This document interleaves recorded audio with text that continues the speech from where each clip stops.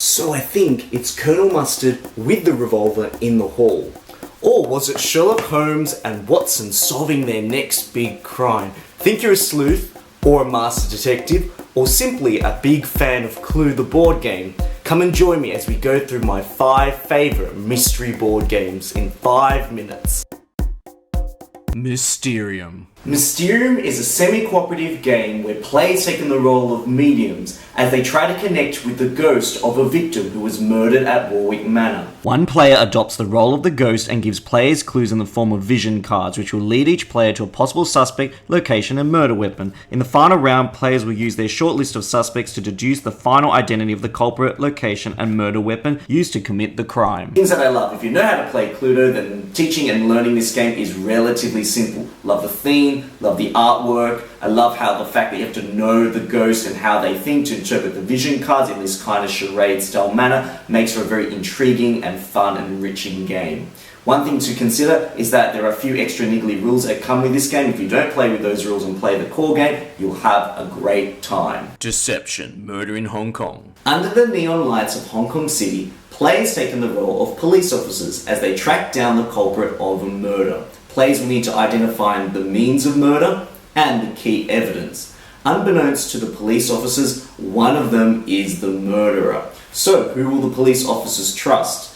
Can they decipher what happened and not be influenced by the culprit who is trying to get away? Players take on hidden roles in the form of the forensic scientist, investigators, or the murderer. Only the forensic scientist knows who the murderer is, but they can't speak, so they can only give clues by placing bullets next to key words using scene tiles to help guide the investigators to the solution, whilst the murderer is trying to lead their conversation away from the solution. What I love, this game has many layers. It's not solely just about trying to identify the murderer. It's about trying to find out what actually happened at the crime and building the narrative around the clues that the forensic scientists give to the other players. Things to consider. This game plays much better at a higher play count and requires at least 4 players to play. Sherlock Holmes, consulting detective. Players take on the role of the Baker Street Irregulars, formed by Sherlock Holmes himself, as they try to solve 10 different cases set in 19th century London. Players will try and solve the same case as Sherlock Holmes and try and beat his investigative skills. Players work cooperatively to use the casebook, a map of London, London directory, and newspapers to follow certain leads.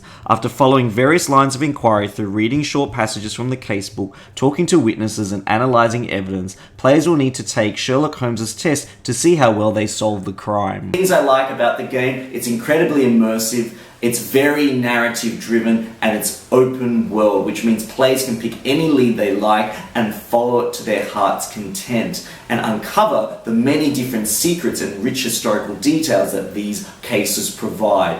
A point to consider is that Sherlock Holmes will be incredibly hard to defeat, so the reward of solving a crime will stick with you long after the game has ended. Letters from Whitechapel. In a similar vein to Scotland Yard and Fury of Dracula, Letters from Whitechapel is a hidden movement game where players take on the role of police investigators as they try to track down Jack the Ripper and arrest him for his crimes. In each round, Jack commits a crime followed by a hunt where Jack has to make it to his hideout before the police track him down. The player playing Jack records their trail using a notepad behind a screen, recording the numbers on the map he visited.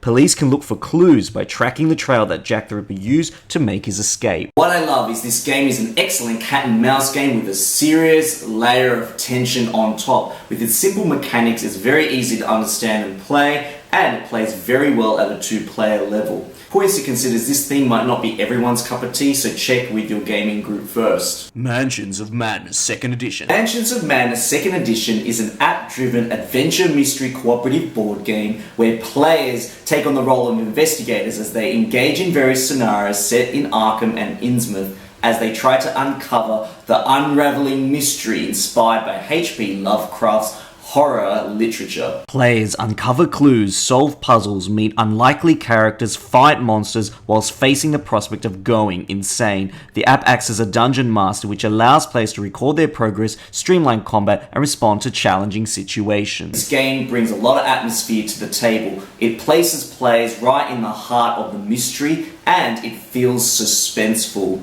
The gameplay is streamlined, and each time you play a scenario, the map tiles change providing more variation. A point to consider is that this game comes in a very high price point, and you do have to buy expansions, downloadable content, and also have a device to run the app itself. So, was it Colonel Mustard that committed the crime?